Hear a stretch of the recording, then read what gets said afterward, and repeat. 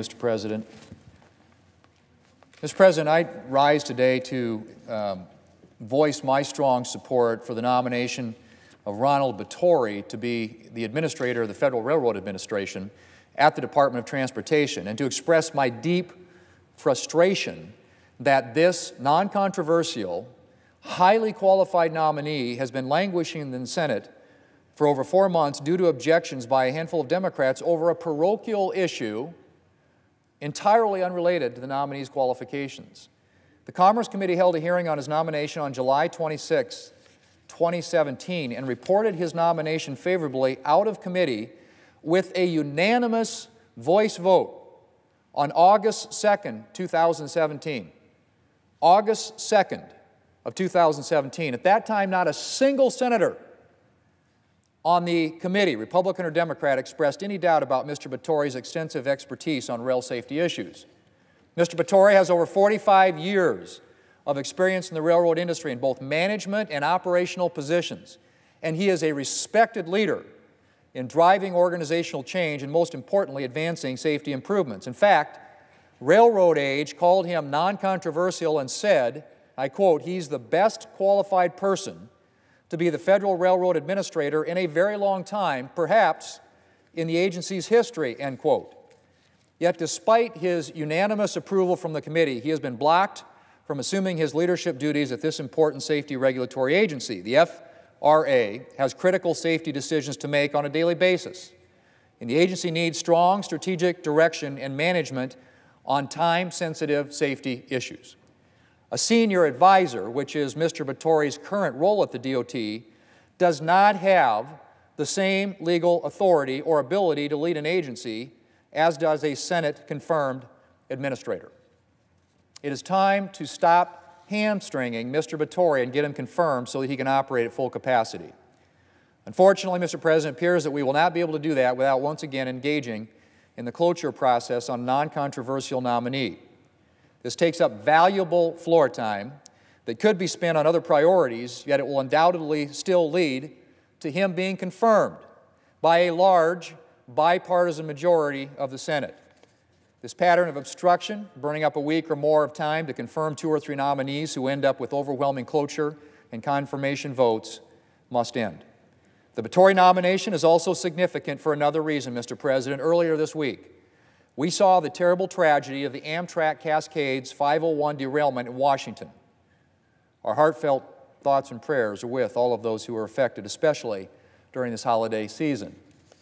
As the NTSB continues its ongoing investigation, we will learn more about the causes of this derailment and the measures that might have prevented it.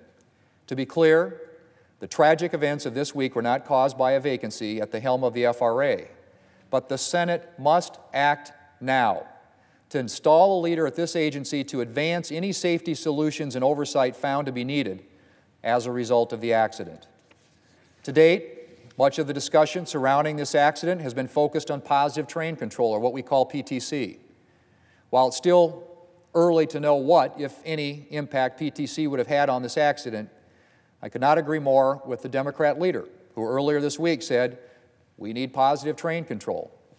He went on to say that the Federal Department of Transportation is not pushing federal PTC hard enough.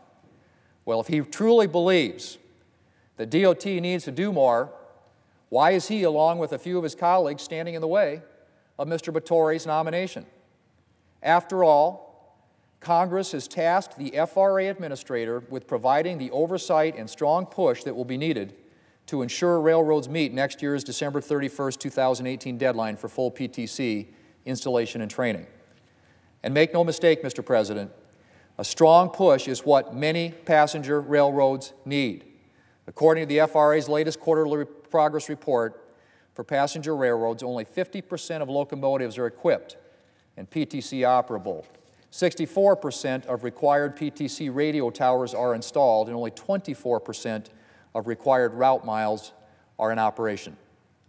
The Commerce Committee expects to continue to play its role in conducting strong oversight of PTC implementation, including holding a hearing in 2018. However, what I do not expect the Commerce Committee to do is grant any further change to the PTC deadline framework that's established in current law. And that, Mr. President, is why we need Mr. Batory. When finally confirmed, he will play a significant role in pushing expeditious and successful PTC implementation. This is not just the view of the Commerce Committee, I might add, which again approved Mr. Batory, as I said earlier, unanimously, but also of the rail professionals who advance safety on the ground.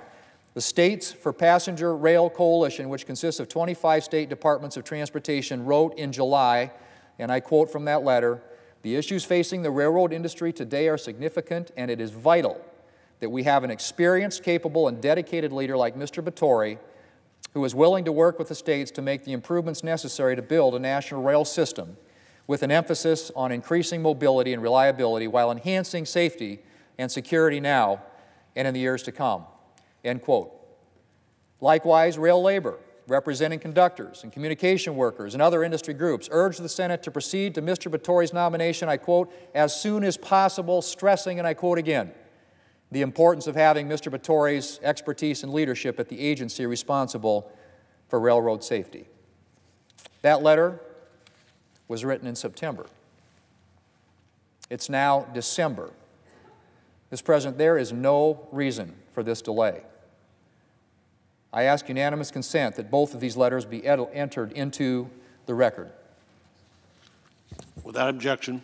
Mr. President, we have had an immensely qualified leader, Ronald Batory, ready to lead an important safety agency for over 4 months. The time for playing political games with the leadership of this railroad safety agency should be over. It is long past time that my Democrat colleagues end the obstruction, and this body must confirm Ronald Batory.